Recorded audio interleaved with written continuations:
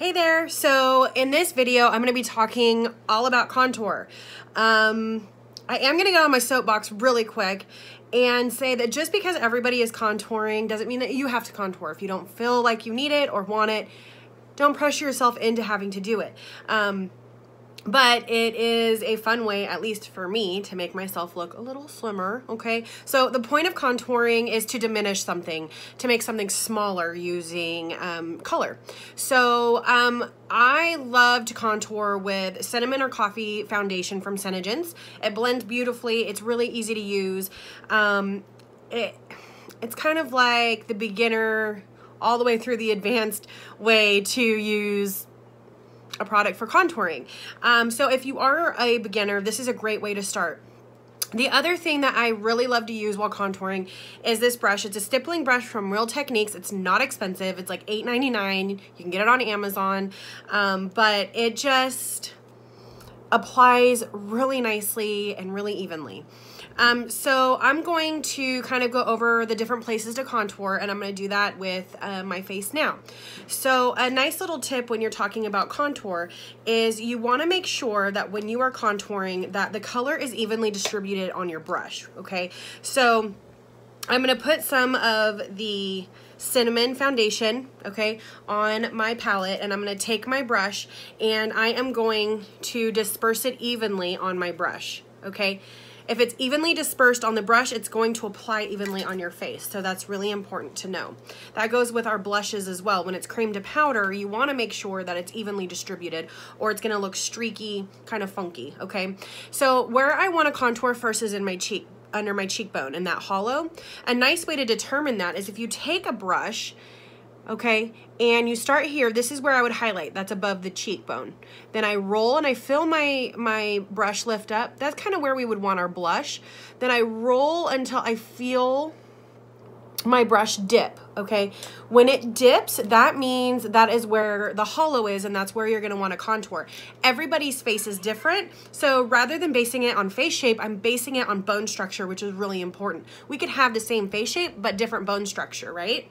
So now what I'm gonna do is, now that I found that hollow, okay, I am going to start stippling it on. Now I'm stippling because, again, cream to powder products, if you don't let it set for a long period of time, if you are wiping, you could be wiping off color.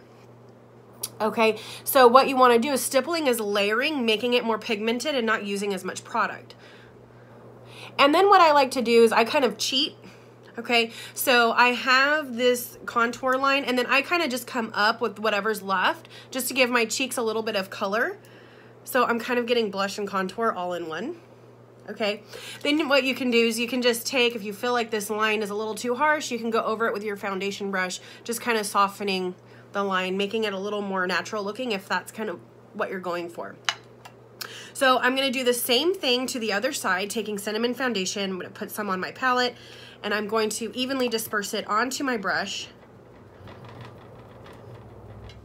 okay?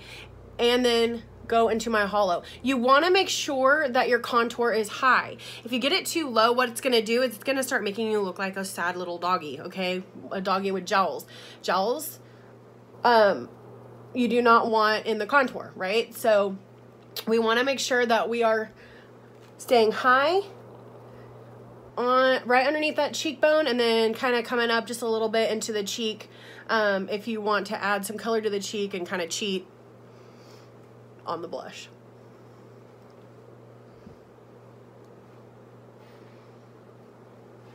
So the next thing that I like is to contour my forehead a little bit. Now, again, the purpose of contouring is to make something smaller. So what you want to do is you want to have the darkest point on the top and then blend it down. So because I don't necessarily want my forehead to get smaller, I just want to bring some color, I just stipple whatever was left on my brush from my contouring of my cheeks just to give myself some color.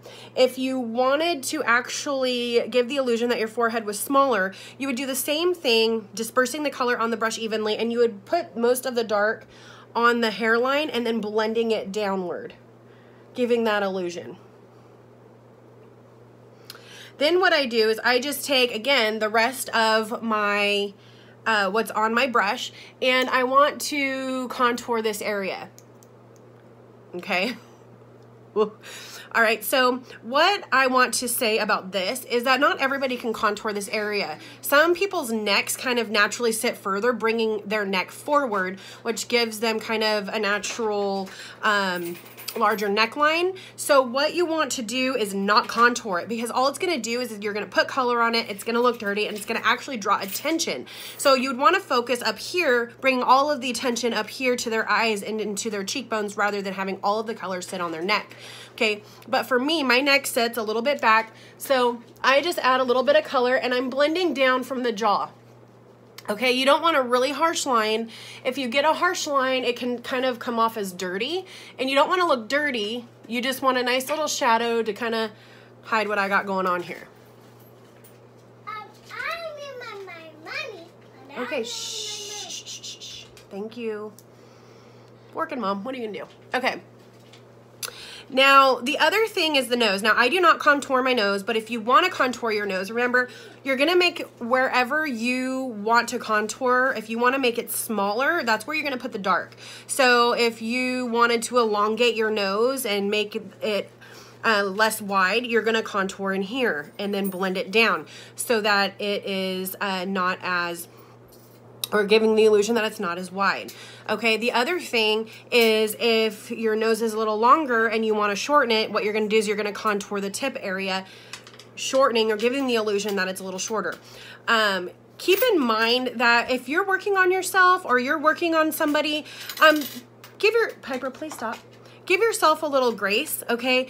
And make sure that you're talking to them in a way that is not going to hurt their feelings. So whenever I talk to a client and I'm coming up to the contouring portion of the makeup, I always ask, hey, I'm coming up to the contouring portion. Do you even want contour?